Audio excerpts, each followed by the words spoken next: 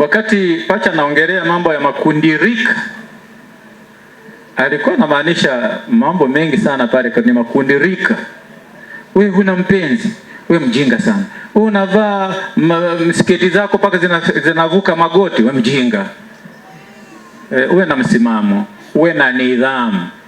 Unachofanya ni chako wewe. Kwa sababu kesho na kesho kutwa ninyi ndio mama, baba na baadaye ndio waka wa wata hawa. Na mwisho wakati vile vile tunahitaji watawa.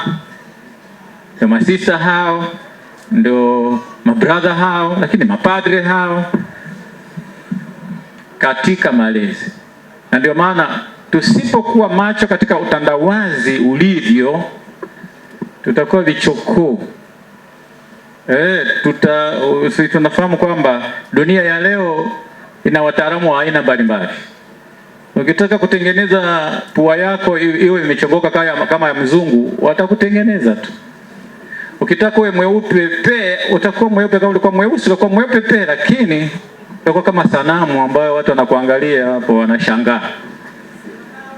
Na kwa sababu hiyo lazima uridhike ulivyo na ujipokee ulivyo. Na usipojipokea ndio hayo ya kurukaruka huko. Swali lililokuwa linaulizwa kwa ufata hapa, kwa nini wa mwaka huu mpaka huu wanapata haya? Mbona jibu linajipa wewe? Unajiruka ruka, usitegemea nini kurukaruka huko. Utayapata tu. Unafurahia dakika 10 lakini unapata shida milele yote. Maana yake ni nini? Kwa lazima tuyaangalie yote haya.